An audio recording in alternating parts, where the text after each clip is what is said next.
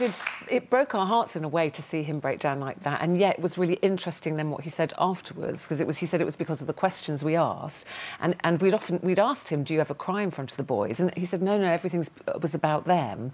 So it was, you know, I've known Jeff for a long time, and he's talked very openly, and you know, now is a qualified life coach. And he said this is the book he mentioned, the Grief Survival Guide. So he now helps other people, and yet for the first time ever, because we'd showed pictures of her as well, footage of her.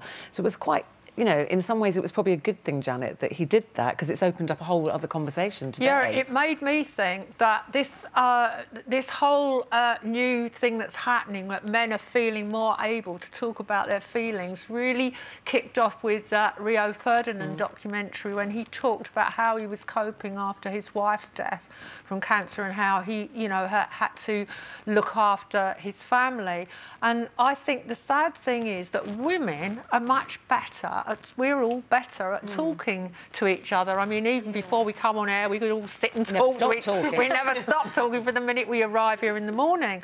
But men, all the men that we know, they might have one or two friends, but they don't confide in those friends in the same way. And, you know, I wish that there was some way, and obviously what Jeff said in that clip he sent us is brilliant. And we've got to encourage men to feel they can talk to each other and find, you know, support and solace in each other in a way that women do. Yeah.